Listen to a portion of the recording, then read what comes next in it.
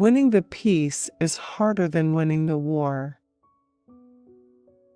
Individuals with kidney disease who are able to obtain treatment early experience a higher quality of life and are able to maintain more of their day-to-day activities, including keeping their jobs. Having passion does not mean you have to descend into bickering and fighting. I don't consider this hard work. I love it, and I think I get to make a difference. I really believe in Secretary Clinton, and I want to feel like I'm part of making a difference. I really do. Shame on me if I don't try to do more with what I have. It would be a terrible thing to waste this opportunity to try to make a difference. It is critical that parents and other trusted adults initiate conversations with kids about underage drinking well in advance of the first time they are faced with a decision regarding alcohol. 20 million more have chronic kidney disease, where patients experience a gradual deterioration of kidney function, the end result of which is kidney failure. My father was a construction worker most of his life. My mother, when she came from Guadalajara, Jalisco, Mexico, to the United States, never had a chance to go to college either and became a clerical worker. But they did nothing but build this country. We cannot undo the past in this misguided war in Iraq. The good news is that parents are the leading influence on kids' decision not to drink alcohol. It's good to know people think I'm a nice guy. We are on pace this year to have a trade deficit that is larger than $800 billion. We have never faced that before, but we continue to put forward trade agreements like these that leave us naked to competition that is neither free nor fair. Today, we have a trade regime which has led to the largest trade deficits this country has ever experienced. The Smithsonian museums are among this country's most enduring treasures, and I look forward to helping maintain and enhance their coveted works of art. I hate to say it, but I think it has become very obvious that our system for devising trade agreements, so very important to this country's functioning around the world, has not only broken, but it is broken completely. February 19, 1942, is the year in which Executive Order 9066 was signed, and this was the order that called for the exclusion and internment of all Japanese Americans living on the West Coast during World War II.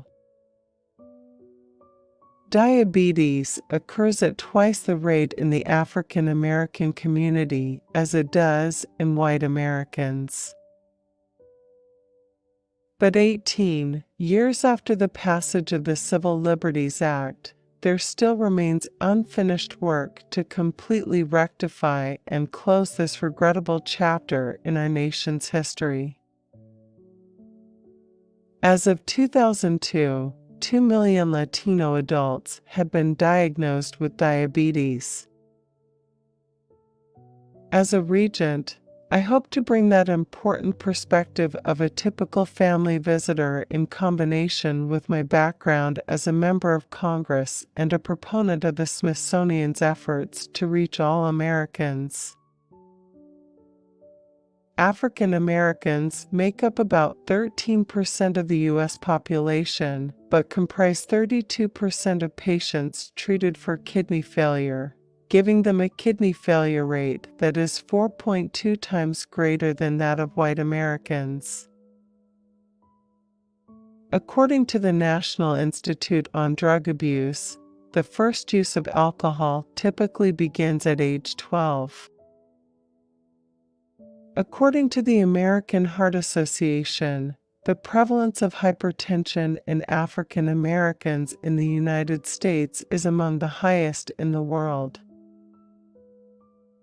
According to Teenage Research Unlimited, 51% of 13 to 15-year-olds say they will be faced with making a decision regarding alcohol in the next 3 months. If we finally chose as a country to take responsibility for the wars that we believe we must engage in, and rather than borrow money to exercise that authority to go to war, we actually pay for these wars, that would save us over $1 trillion, because that's what we have spent in Iraq and Afghanistan, all through borrowed money. I will fight like the Dickens to protect Social Security.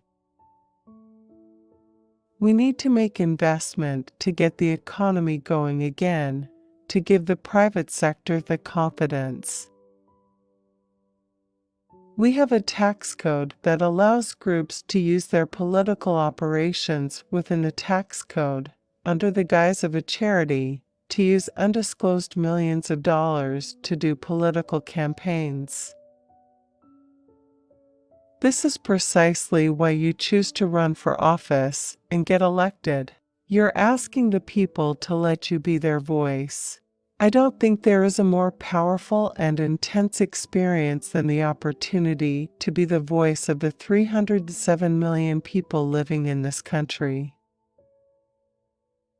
Could today's construction worker married to a clerical worker guarantee for children a college education and buy a house?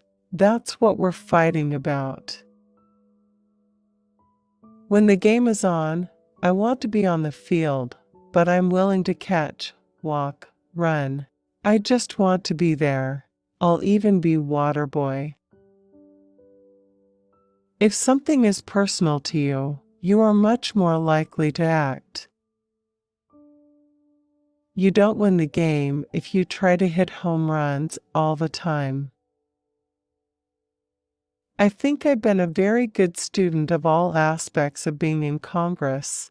I think I'm always working hard to get an A. I've learned to be pragmatic, but I don't sacrifice my principles, my values. I have been chastised by a president. I have antagonized and angered presidents, and I have taken on my own leadership. I'm never going to change the skin, right? I'm very proud of what it implies and what it has meant to me. But then again, in Congress, I hope to make my mark as a colleague and as a leader. California is a very important state. As goes California, so goes the nation. We need to have strong leadership, someone who can hit the ground running. And now see a rare opportunity to push across the goal line much of the unfinished business of America, investing in our infrastructure and workers, universal health care, comprehensive immigration reform, and scrubbing a tax code that's out of shape and behind the times. I'm going to fight to the death for a public option. If you're saying you should not be allowed in the country, you should be consistent and say that to all immigrants. Any effort to create a second class of Americans, I just can't swallow that. The question for immigration reform is not if we'll get it done, it's when we'll get it done. It's going to get done. My 3 daughters are all going to go to college, and it's not even a question. When I was applying to college, my parents were hoping that I would just go somewhere. Today, they look at their grandkids, and they know those kids will have a chance to build this country in bigger and better ways than my parents ever had a chance. I have a lot of kids in my district who haven't been to the beach, much less Washington, D.C., and that's 20 miles away. The worst thing would be for Canada to develop a Hollywood. This is an industry we are going to have to fight to defend. We have to compete now so productions stay here. We don't want entertainment to be like the steel industry.